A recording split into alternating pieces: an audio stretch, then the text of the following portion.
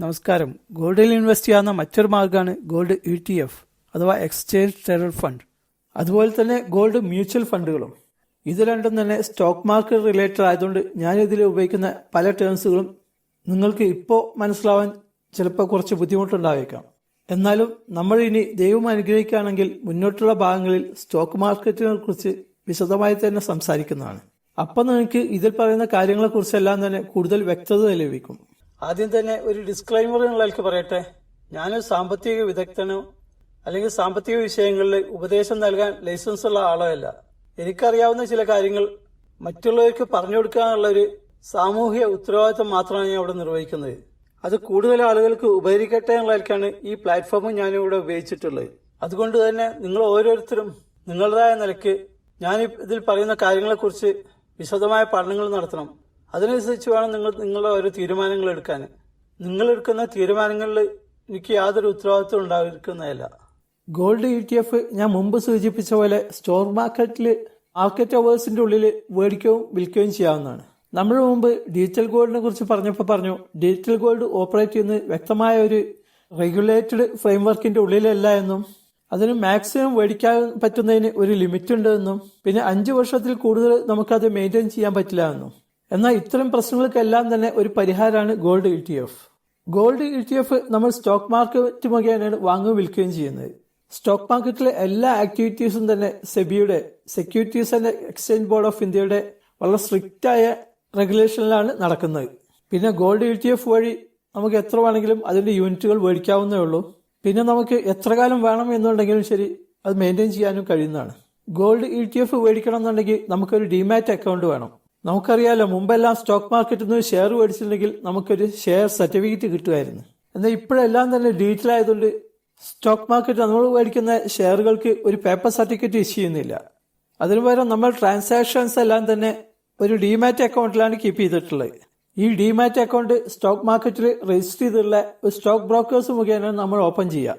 അങ്ങനെ demat account open ചെയ്ത് കഴിഞ്ഞിട്ടുണ്ടെങ്കിൽ നമുക്ക് ഗോൾഡ് ETF ഫണ്ട് ഹൗസ് മുഖേന അല്ലെങ്കിൽ സ്റ്റോക്ക് ബ്രോക്കേഴ്സ് മുഖേന മേടിക്കാവുന്നുള്ളൂ. മിനിമം മേടിക്കാവുന്ന ക്വാണ്ടിറ്റി 1 ഗ്രാം ഗോൾഡിന്റെ യൂണിറ്റുകളാണ്. ഇത് നമുക്ക് സ്റ്റോക്ക് മാർക്കറ്റ് അവേഴ്സിലെ മേടിക്കാൻ കഴിയുള്ളൂ. അതിന്റെ പ്രൈസ് നമ്മൾ മേടിക്കുന്ന നേരത്ത് മാർക്കറ്റിൽ എന്ത് പ്രൈസാണോ അതാണ് കൊടുക്കേണ്ടി വരിക.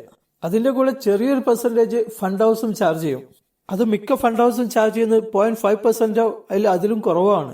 അതിന് അവർ വിളിക്കുന്ന പേര് എക്സ്പെൻസ് റേഷ്യോ എന്നാണ്. പിന്നെ നമ്മളെ ഡിമാറ്റ് അക്കൗണ്ട് മെയിൻറ്റെയിൻ ചെയ്യുന്ന ബ്രോക്കേഴ്സും തന്നെ ബ്രോക്കിംഗ് ചാർജ് എടുക്കാറുണ്ട്. എന്നാൽ ഇത്തരം ട്രാൻസാക്ഷനുകൾക്ക് ഒരു പൈസ പോലും ബ്രോക്കിംഗ് ചാർജ് എടുക്കാത്ത പല ബ്രോക്കേഴ്സും അവൈലബിൾ ആണ്. ഇനി നമ്മൾ ഇത് വിൽക്കുകയാണെങ്കിൽ സ്റ്റോക്ക് മാർക്കറ്റ് അവേഴ്സിന്റെ ഉള്ളിലാണ് നമുക്ക് വിൽക്കാൻ പറ്റുള്ളൂ. അപ്പൊ കറന്റ് റണ്ണിംഗ് റേറ്റ് എന്താണോ അതാണ് നമുക്ക് കിട്ടുക. അങ്ങനെ നമ്മൾ വിറ്റിട്ടുണ്ടെങ്കിൽ ഉടൻ തന്നെ അതിന്റെ പൈസ നമ്മുടെ അക്കൗണ്ടിൽ വരുന്നതാണ്.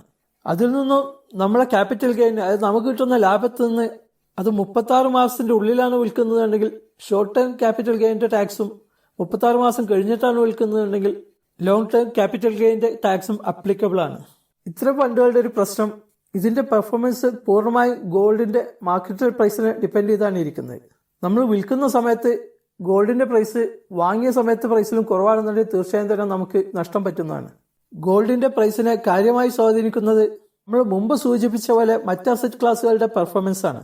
സ്റ്റോക്ക് മാർക്കറ്റിലോ റിയൽ എസ്റ്റേറ്റ് മാർക്കറ്റിലോ കറൻസി മാർക്കറ്റിലോ എന്തെങ്കിലും അനിശ്ചിതത്വം ഉണ്ടെങ്കിൽ അല്ലെങ്കിൽ ആ മാർക്കറ്റുകളുടെ പെർഫോമൻസ് മോശമായിക്കൊണ്ടിരിക്കുന്ന സമയത്ത് അത്തരം മാർക്കറ്റുകളിലെ ഇൻവെസ്റ്റേഴ്സ് തൽക്കാലത്തിന് അവർ ഫണ്ട് കൊടുത്ത് പാർക്ക് ചെയ്യുന്നത് ഗോൾഡിലാണ്. അപ്പോൾ സ്വാഭാവികം തന്നെ ഗോൾഡിന് അതിന്റെ ഡിമാൻഡ് കൂടുകയും അതിന്റെ പ്രൈസ് കൂടുകയും ചെയ്യും. പിന്നീട് അവരുടെ മാർക്കറ്റുകളെല്ലാം തന്നെ സുരക്ഷിതമാകുമ്പോൾ അല്ലെങ്കിൽ അവിടുത്തെ പെർഫോമൻസ് മെച്ചപ്പെടുമ്പോൾ സ്വാഭാവികം തന്നെ ഇവർ ഈ ഗോൾഡ് എല്ലാം തന്നെ ഡിസ്പോസ് ചെയ്ത് വീണ്ടും അവരുടേതായ മാർക്കറ്റുകൾക്ക് നീങ്ങും. അപ്പോൾ സ്വാഭാവികം തന്നെ ഗോൾഡിന്റെ പ്രൈസും തന്നെ വളരെ കുറഞ്ഞു വരുന്നതാണ്. അതുകൊണ്ട് തന്നെ എല്ലാ മാർക്കറ്റുകളുടെയും നല്ല പെർഫോമൻസ് പ്രയോജനപ്പെടുത്താനുള്ള നല്ലൊരു മാർഗ്ഗമാണ് മ്യൂച്വൽ ഫണ്ട് മുഖേന ഇൻവെസ്റ്റ് ചെയ്യുക എന്നുള്ളത്. പല രൂപത്തിലുള്ള മ്യൂച്വൽ ഫണ്ടുകളുണ്ട്. ഇത്തരം പല ETF-കളിൽ ഇൻവെസ്റ്റ് ചെയ്യുന്ന മ്യൂച്വൽ ഫണ്ടുകളുണ്ട്. അത്തരം ഫണ്ടുകളെ ഫണ്ട് ഓഫ് ഫണ്ട്സ് എന്ന് പറയും. അല്ലാന്നുണ്ടെങ്കിൽ ഗോൾഡിലും ഇക്വിറ്റി മാർക്കറ്റിലും ഇൻവെസ്റ്റ് ചെയ്യുന്ന ഫണ്ടുകളുണ്ട്. ഇക്വിറ്റി മാർക്കറ്റുകളിൽ മാത്രം ഇൻവെസ്റ്റ് ചെയ്യുന്ന ഫണ്ടുകളുണ്ട്. ഗോൾഡിലും ഇക്വിറ്റിയിലും ഡിബഞ്ചേഴ്സിലും ബോൺസിലെല്ലാം ഇൻവെസ്റ്റ് ചെയ്യുന്ന ഫണ്ടുകളുണ്ട്. അങ്ങനെ മ്യൂച്വൽ ഫണ്ടുകൾ പല രൂപത്തിലുള്ളതാണ്. അതിനെക്കുറിച്ചെല്ലാം തന്നെ വിശദമായി തന്നെ നമുക്ക് പിന്നീട് സംസാരിക്കാം. പിന്നെ ഈ മ്യൂച്വൽ ഫണ്ടുകളിൽ ഇൻവെസ്റ്റ് ചെയ്യുമ്പോൾ ഉള്ള മറ്റൊരു വലിയ സൗകര്യം, മ്യൂച്വൽ ഫണ്ടിന് ഒരു ഫണ്ട് മാനേജർ ഉണ്ടാവും. അതൊരു വ്യക്തിയോ അല്ലെങ്കിൽ ഒന്നിലധികം വ്യക്തികളോ ആവാം. ഇത്തരം ഫണ്ട് മാനേജേഴ്സ് സ്റ്റോക്ക് മാർക്കറ്റിനെ കുറിച്ച് വളരെ നന്നായിട്ട് അറിയുന്ന എക്സ്പേർട്സുകളായിരിക്കും. അവർ കയ്യിലുള്ള ഈ ഫണ്ട് വളരെ നന്നായി പഠനങ്ങൾ നടത്തി പല കമ്പനികളുടെ ഷെയറുകളിലോ അല്ലെങ്കിൽ അവരുടെ ഫണ്ടുകളുടെ സ്കീമിനനുസരിച്ച് പല അസറ്റ് ക്ലാസ്സുകളിലോ പ്രോപ്പറായിട്ട് അലോക്കേറ്റ് ചെയ്തിട്ടുണ്ടായിരിക്കും.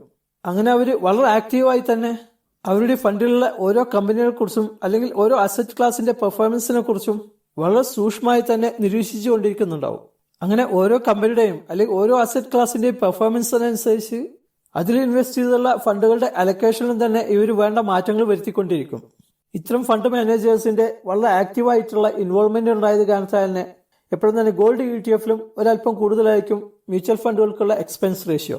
പിന്നെ മ്യൂച്വൽ ഫണ്ട് മുഖേന നമുക്ക് ഇൻവെസ്റ്റ് ചെയ്യണമെന്നുണ്ടെങ്കിൽ നമ്മൾ മുമ്പ് പറഞ്ഞ ഡിമാറ്റ് അക്കൗണ്ടിന്റെ ആവശ്യമില്ല, നമുക്കൊരു സേവിംഗ് അക്കൗണ്ട് മതി. മ്യൂച്വൽ ഫണ്ടുകളുടെ മറ്റൊരു സൗകര്യം നമ്മൾ ഗോൾഡ് ETF-നെ കുറിച്ച് പറഞ്ഞപ്പോൾ പറഞ്ഞു അതിന്റെ മിനിമം മേടിക്കാവുന്ന യൂണിറ്റിന്റെ പ്രൈസ് 1 ഗ്രാം ഗോൾഡിന്റെ പ്രൈസ് ആണെന്ന്.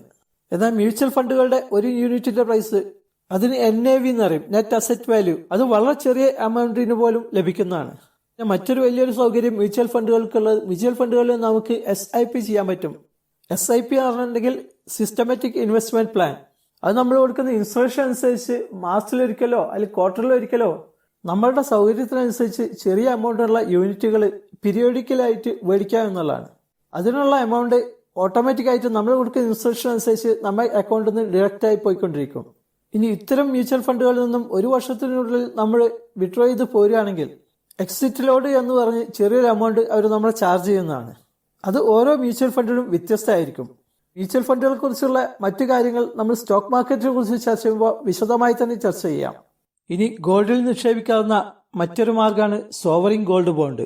അത് സെൻട്രൽ ഗവൺമെന്റിനു വേണ്ടി RBI ഇഷ്യൂ ചെയ്യുന്ന ബോണ്ടുകളാണ്.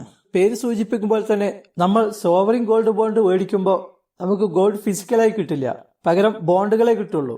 എന്ന് പറഞ്ഞാൽ നമ്മൾ മേടിച്ചുള്ള സ്വർണത്തിന് ഈക്വലായിട്ടുള്ള അഗ്രിമെന്റുകൾ അല്ലെങ്കിൽ സർട്ടിഫിക്കറ്റുകളെ അതിന് കിട്ടുകയുള്ളൂ. ഇനി എന്തിനു വേണ്ടിയാണ് ഗവൺമെന്റ് ഇത്തരം ബോണ്ടുകൾ ഇഷ്യൂ ചെയ്യുന്നത് എന്ന് നോക്കാം. നമ്മൾ മുമ്പ് വിശദമായി തന്നെ സംസാരിച്ചു ഇന്ത്യൻ കറൻസിയുടെ മൂല്യത്തെ നിർണ്ണയിക്കുന്നതിൽ ക്രൂഡ് ഓയിലിനും സ്വർണത്തിനും ഉള്ള പങ്കിനെ കുറിച്ച്. അതിൽ ക്രൂഡ് ഓയിലിന്റെ ഇറക്കുമതി കുറയ്ക്കാൻ വേണ്ടി ഗവൺമെന്റ് എന്തെല്ലാം ചെയ്യുന്നുണ്ട് എന്നതിനെ കുറിച്ച് നമ്മൾ വിശദമായി തന്നെ സംസാരിച്ചു. അതിൽ മറ്റൊരു ഘടകമായ ഗോൾഡ് ഇറക്കുമതി എന്ന് മുഖ്യമായി 2 ആവശ്യങ്ങൾക്കാണ്. ഈ ഇറക്കുമതി ചെയ്യുന്ന ഗോൾഡുകളിൽ ഒരു മഹാഭൂരിപക്ഷം ഉപയോഗിക്കുന്നത് ആഭരണങ്ങൾക്കും വേണ്ടിയാണ്. എന്നാൽ അതിന്റെ മോശമല്ലാത്തൊരു ഭാഗം ആളുകൾ ഇൻവെസ്റ്റ്മെന്റിനായിട്ടും മേടിച്ചു വെക്കാറുണ്ട്. ആളുകൾ ഗോൾഡ് ഇൻവെസ്റ്റ്മെന്റിനായി മേടിച്ചു വെക്കുമ്പോൾ ആ മേടിച്ചു വെച്ചുള്ള ഗോൾഡ് ഒരു പ്രൊഡക്ടിവിറ്റി ഇല്ലാതെ വെറുതെ അങ്ങനെ ഇരിക്കുകയാണ്. അതിൽ അപ്രിസിയേഷൻ വരുന്നത് ഇത് കൂടുതൽ വിലയ്ക്ക് വേറെ ആരെങ്കിലും മേടിക്കുമ്പോൾ മാത്രമാണ്.